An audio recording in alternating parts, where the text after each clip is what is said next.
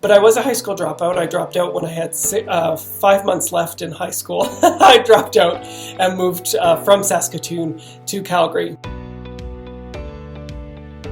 Hi team, it's Christopher Lawrence. I'm sitting in the office here by myself at the end of a bit of a long week, and I was thinking about how grateful I am.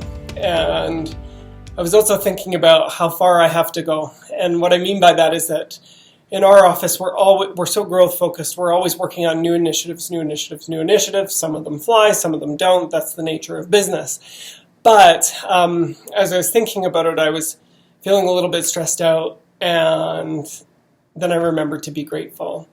And I think that all of us can do this in our lives, is that we can focus on what it means to be grateful as opposed to how far we need to go. How far we need to go can be really motivating, but also discouraging.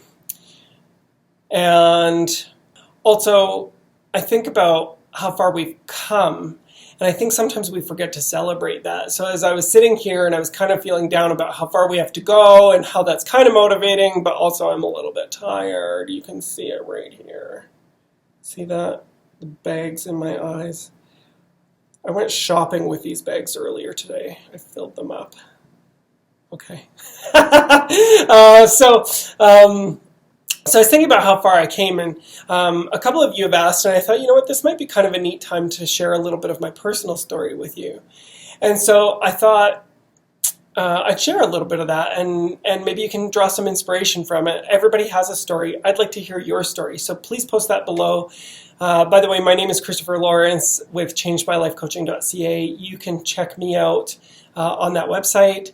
I am a life and career coach, and I really like what I do for a living. So I want to hear a little bit about your story, so please post below and let me know how far you've come. That's what I want to know. I want to know how far you've come.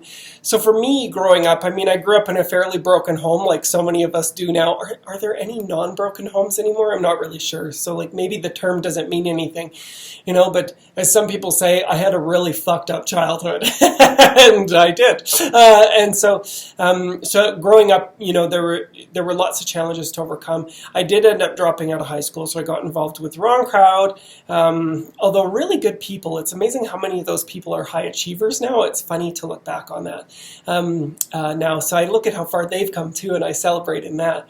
But I was a high school dropout. I dropped out when I had 5 months left in high school. I dropped out and moved from Saskatoon to Calgary.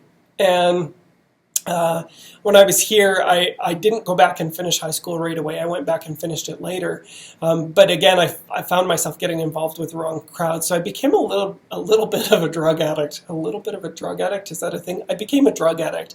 I really enjoyed hard drugs that were uppers and made me feel really good and bury my crappy feelings. And it was amazing. It was actually a really fun time in my life. I'm not going to lie to you and say that it was crappy. It wasn't. It was fun, which is why I became an addict. You know, because I really, really enjoyed it, but had no self-control around it. So I did that for a while, and then my life crashed. I had family members who got sick, some physically, some mentally, extremely sick, and it scared me into sobriety. So I became sober. I went back and finished high school, barely passed. The second time through, I barely passed. It just wasn't a good fit for me. And then I went to college, and I took a 2-year program. So imagine this. I walk into a room, it's orientation day, and I walk into a room full of who are going to be my peers. I was running a little bit behind, so I was on time, but just on time. And so the only seats left were in the front row. So I sneak in the back and have to walk all the way to the front row. I sit down and they start talking. And all of a sudden, my face is getting red. I'm feeling embarrassed about something, and I couldn't figure out what the hell it was. Well, I was the only guy in the entire class. There was 109 women, and I was the only man. There were 110 of us, and I was the only guy.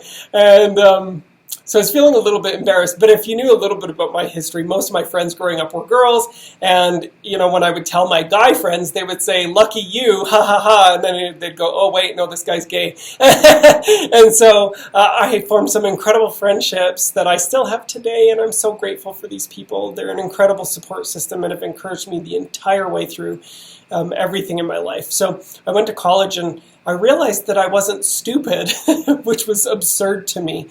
I was getting good grades by that, that the first semester report cards. It wasn't the first semester, it was halfway through. So the midterm report cards. I was actually doing really well, and I was blown away. Like, I honestly thought I was a stupid person, but I was actually passing this class. And so I stuck it through. I got my 2-year diploma from that college. All of the instructors were incredible, and it was a real game changer for me. And I started working, but I wasn't a totally happy worker. Man, I had some interesting leaders who had lots to learn, and I had lots to learn too. And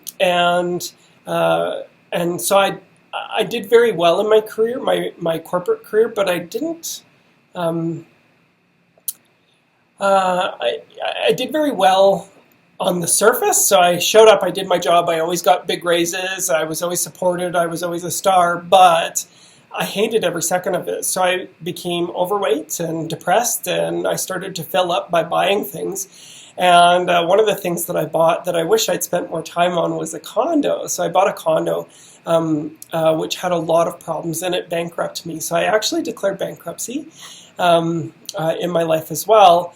And right in the middle of that, I decided to quit my corporate job and start a business. So that's what we call smart.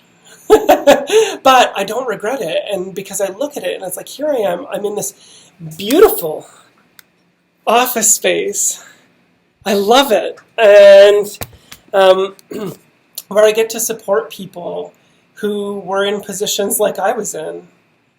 And I love what I do. So even though it was hard and it was a lot of risk, and holy cow, let me tell you what, this is the hardest work I've ever done in my life. So coaching clients, that's fun, and I enjoy it. And there's moments of ease and difficulty in that. But running a business is not easy. It's very difficult, and I do enjoy it. I love it, and so that's kind of how I got to where I am today. Here, I've been coaching for 7.5, 8 years, and that's how I got where I am today. And I might be 8.5 by the time this video posts. I'm just running through the timelines in my head, and so. That's where I came from, and that's what I'm celebrating. So yeah, I've got so much further to go, and maybe you do too with what you want to achieve in your life, but remember how far you've come, and I want to hear how far you've come. Please post it below, or if it's personal, feel free to send me a message. Oh, excuse me. If it's personal, feel free to send me a message at changemylifecoaching.ca. My name is Christopher Lawrence. You can get a hold of me there. I am a life and career coach, and I look forward to hearing your stories. Thanks, bros!